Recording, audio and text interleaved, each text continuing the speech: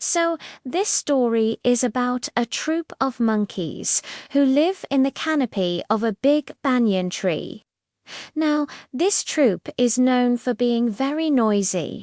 They love to talk and they also love to copy each other.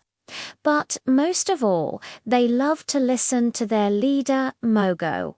Well, he may not be the smartest or the wisest monkey, but to be fair, none of them really were, because they spent most of their days swinging from vines and stealing bananas.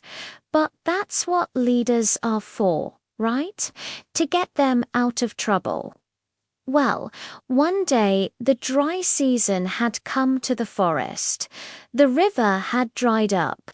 There wasn't much fruit around, and the humans had come to visit the forest. And you know what that meant? A new game of hide and seek.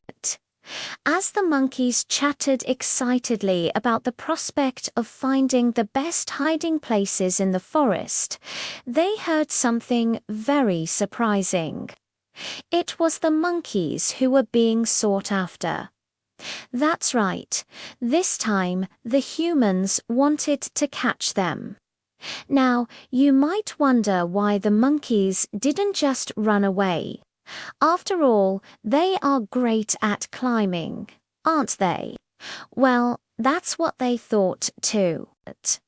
But the more they climbed, the more the humans climbed. So instead, the monkeys hid. And who better to lead them than Mogo? He always knew where to find the best bananas. So surely he could get them all through this as well. So the monkeys did what they always did. They followed Mogo. Now, the journey was long and scary.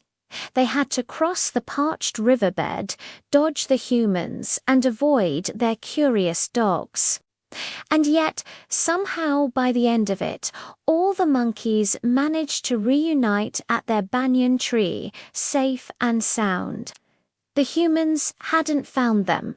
They were all alive and well.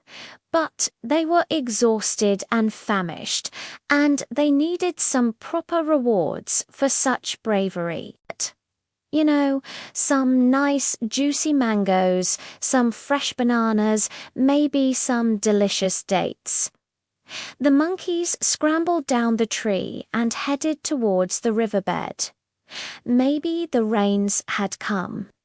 Maybe there would be some ripe berries in the fields or some sweet melons, too. Then Mogo spotted something. It was a small red dot far off in the horizon. Could it be?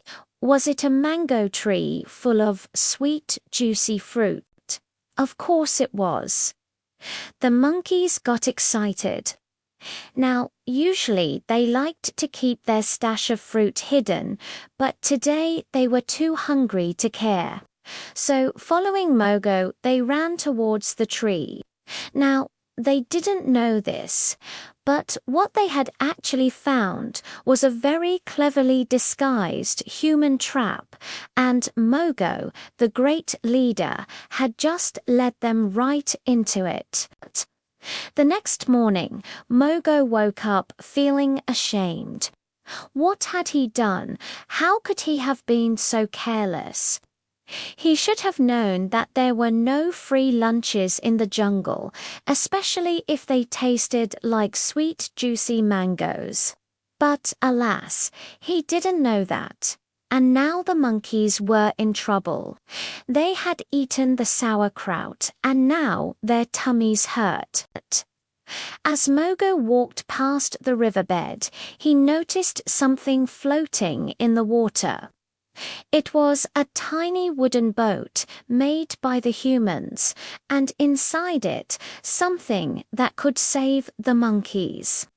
It was a bunch of medicinal herbs. Mogo quickly gathered the others.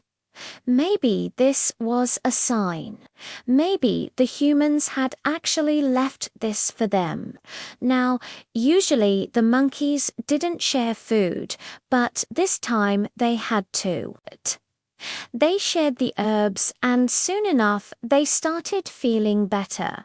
Mogo felt a bit better too. Maybe he wasn't the wisest monkey in the jungle, but he was trying his best. And that's all that matters, isn't it?